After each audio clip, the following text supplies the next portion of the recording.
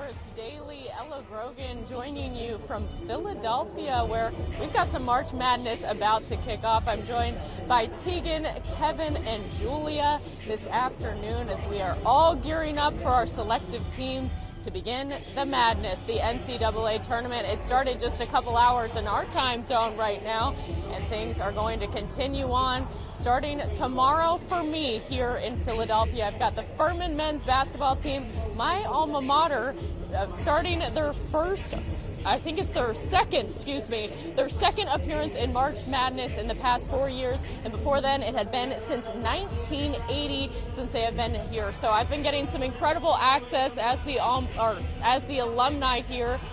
So got to go to a little bit of a closed practice last night. Very cool experience. They were actually playing at the Palestra for practice, which, fun fact, is where they won just one of their 2 games that they have ever won in the NCAA tournament. A very cool experience, and head coach Bob Ritchie is getting pumped up. The players are getting pumped up. Now we're going to hear from Coach, but not just Coach. We're going to hear from both of the coaches here that we cover here in the Upstate, the men's team, Clemson men and Furman men, who are both going to be playing in the tournament. So let's hear from them and the respect that they have for one another as they head into the big dance.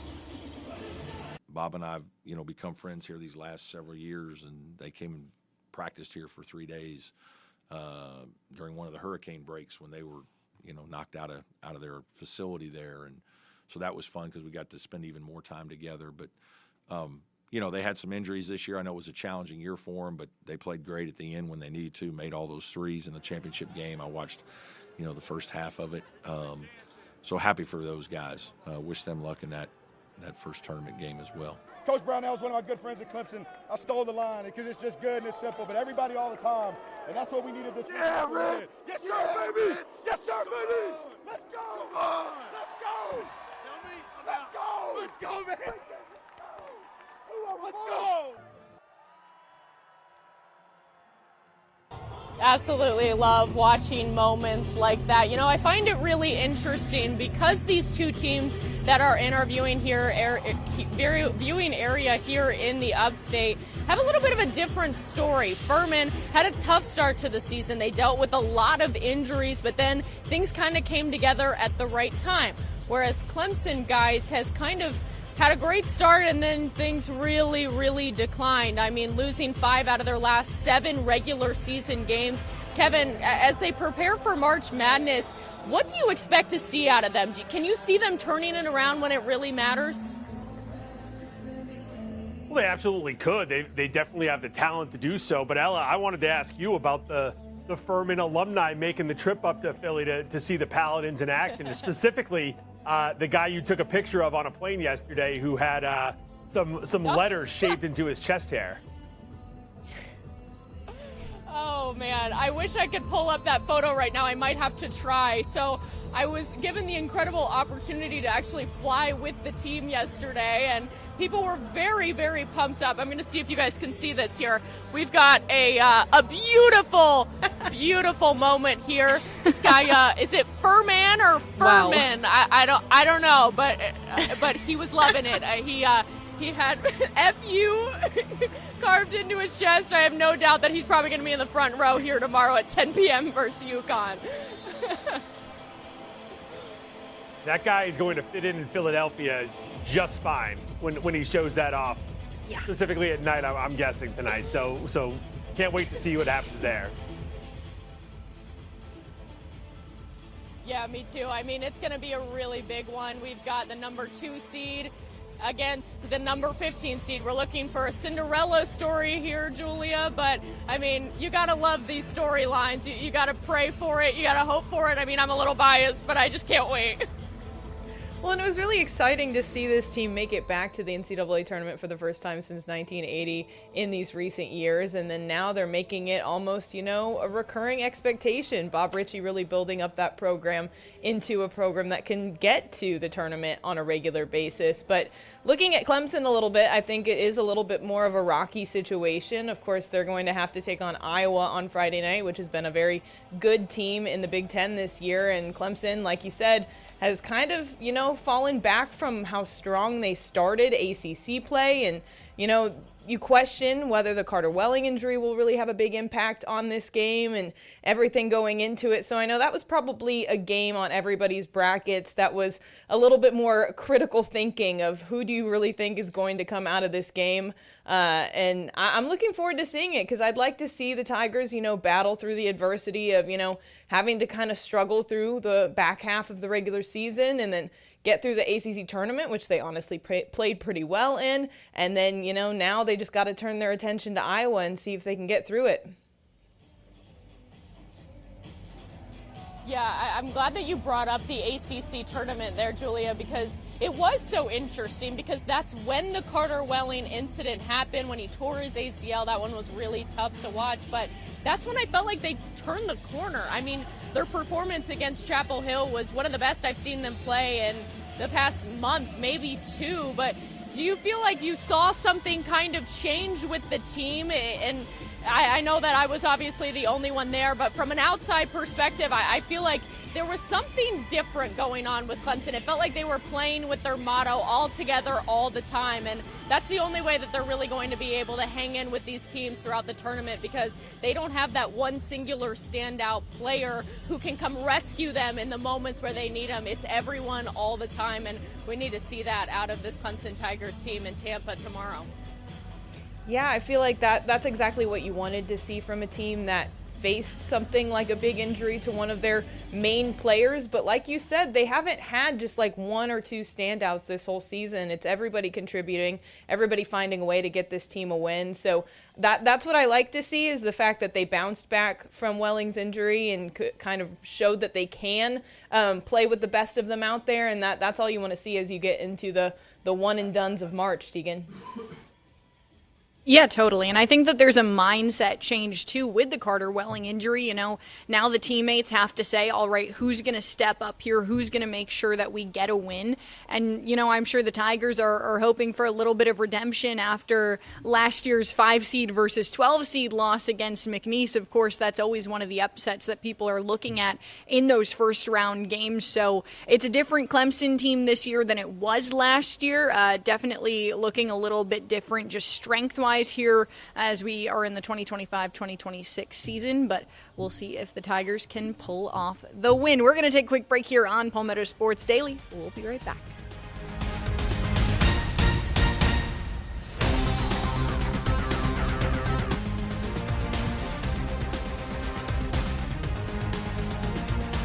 Welcome back to Palmetto Sports Daily. We're keeping things going with our college basketball conversation, but we're going to shift over to the women's side. South Carolina kind of in an uncharted territory. They don't have their practice and interview today on Thursday. That instead will be tomorrow, Friday, because the Gamecocks do not play until Saturday. And as of now, on Thursday afternoon, they still do not know their opponent. Samford and Southern gearing up to play tonight to figure out who will get that 16 seed and get to play South Carolina on Saturday as the Gamecocks open up the first weekend of games in the women's tournament. So we have that game, and then we also have Clemson and Southern Cal, and that rounds out the teams in Columbia this weekend fighting for a chance to go to Sacramento. But hey, as of new news, South Carolina getting a lot of award nods, which is nothing new, but we've got a bunch of semifinalists. So Joyce Edwards is a semifinalist for the National Player of the Year award, the Naismith Trophy. She's one of 10. All of these will be one of 10 on these semifinals lists. She's also a finalist for the Power Forward of the Year award. Raven Johnson, a finalist for Defensive Player of the Year. She was already selected as the SEC Defensive Player of the Year, and both of them got numerous All-America honors from this season. And then, of course, this one's on a yearly basis. Dawn Staley up for the Coach of the Year, Naismith Coach of the Year, which she has won in the past. So pretty typical to see Gamecocks on these lists, winning these awards. So it'll be cool to see if they become finalists, if they win it. But yeah, gearing up for a big weekend here in Columbia as we get multiple teams from our state here with Gamecocks and Clemson in town. Ella, how are we feeling about this weekend down here? Oh my gosh, I am so pumped about it. I just feel like the storylines fell together just perfectly. I mean, you're either going to be playing your rival or you're going to be playing the debate of who is going to be the real USC. So I am so excited about this. I also think knowing Clemson and knowing that it's been 7 years since the women have made it to March Madness, I'm going to say it, I think they might rival the FAMs a little bit in turnout. I think there's going to be a lot of Clemson people, if it is Clemson, on that game against the Gamecocks. Big, controversial. Kevin, Teagan, how are we feeling about, Gamecocks hosting these teams this weekend? Of course, they don't know who their opponent is going to be just yet, but that's not typically ever really something to be concerned about with this team. Yeah, I mean, South Carolina, obviously one of the more dominant teams in this bracket. I'm sure a lot of people out there have them winning the bracket, either them or UConn, maybe LSU. But I think no matter who the Gamecocks play this weekend, whether it is Southern or Samford, I'm guessing the Gamecocks are going to be pretty dominant in that game, Kevin. No, they're going to be a 50-point favorite no matter who they're facing, and they're going to be a 30-point favorite against whoever they play Monday. Carolina's going to roll through this bracket. I'd love to see Clemson win that first game and see how much orange they can pack into Colonial Life Arena coming up on Monday night. But, I mean, this is a formality for South Carolina. They're getting to Sacramento. They're going to at least the Sweet 16. They're probably going back to the Final Four. Nothing's going to stop them, and at least not early on in this tournament. Well, and I think what's so interesting is the fact that they're playing off of a loss that happened 2 weeks ago. So they're going to have sat on this loss in the SEC Tournament Championship for 2 weeks. So anybody they were going to play in this first round was going to be the victim of this loss. And then the next round, like Ella mentioned, it's either a rivalry or it's the USC matchup. So we've got a really great slate of games this weekend. Looking forward to it. We'll, of course, have more coverage of it tomorrow. We're going to hit a quick break, and we'll be right back.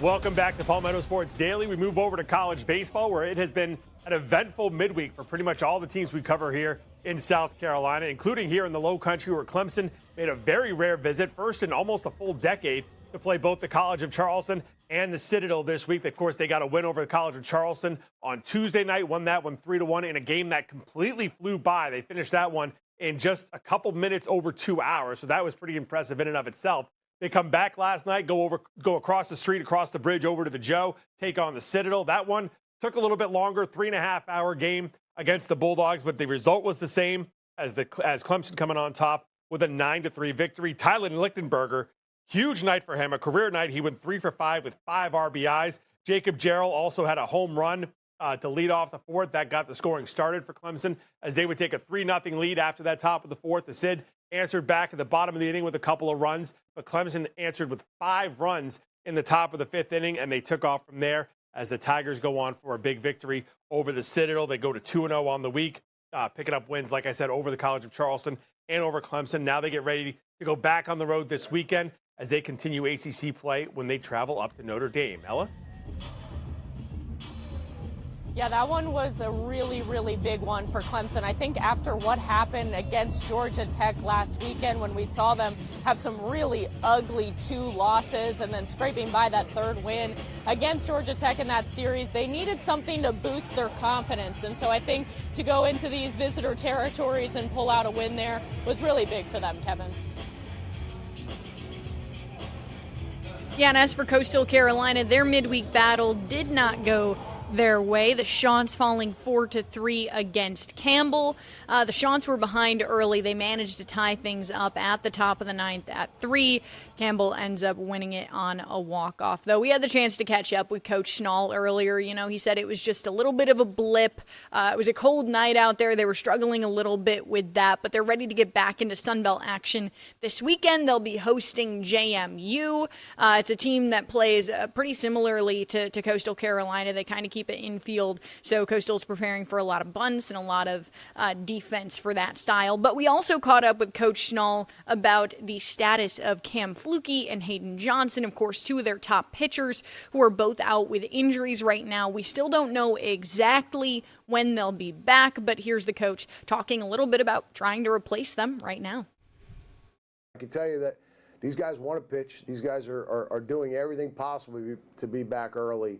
The sooner we get them back, the better we're going to be. I mean, these aren't just 2 arms. These are 2 elite arms. These are 2 of the best arms in the entire country.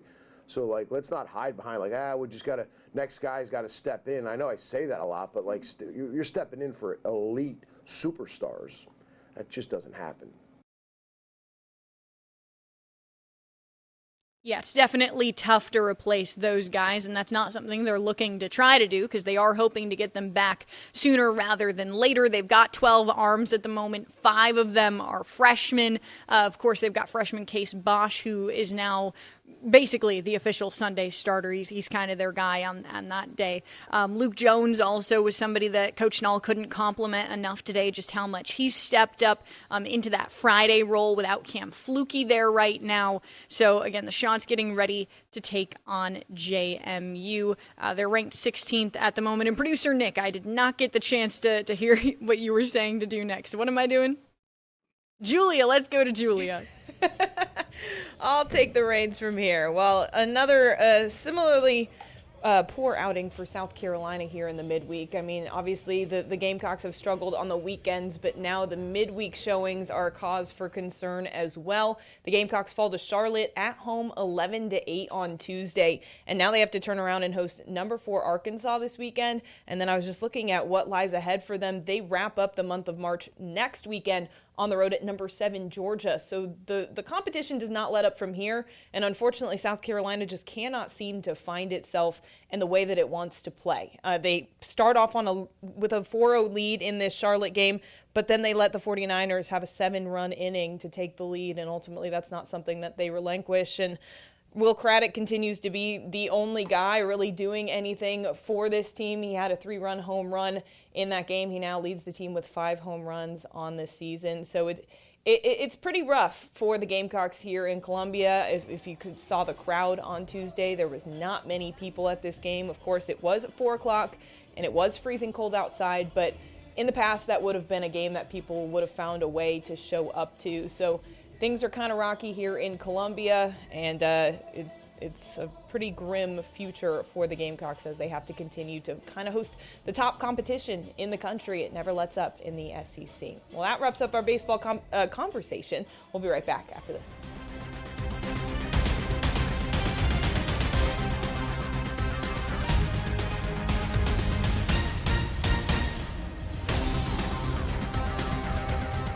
Welcome back to Palmetto Sports Daily. As the NCAA Tournament kicking off today, let's take one more chance to make our Final Four picks. As we're recording this, some brackets already busted. You might be hearing producer Nick crying after Ohio State got upset already, but we're going to go around the horn, get everyone's Final Four. We're going to start with the men. It was called for, Nick. That's what you get. Teagan, we're going to start with you. Let's get your men's picks for the Final Four. I'm trying to bring up my million brackets, but I can't because it's on my laptop. But if I remember correctly, because we chatted about this on the show the other day, I had Duke, Arizona, Alabama, and I cannot for the life of me remember my 4th team. I tend to make a lot of brackets, so it's the question of like which one my legit one was in the Final Four in there.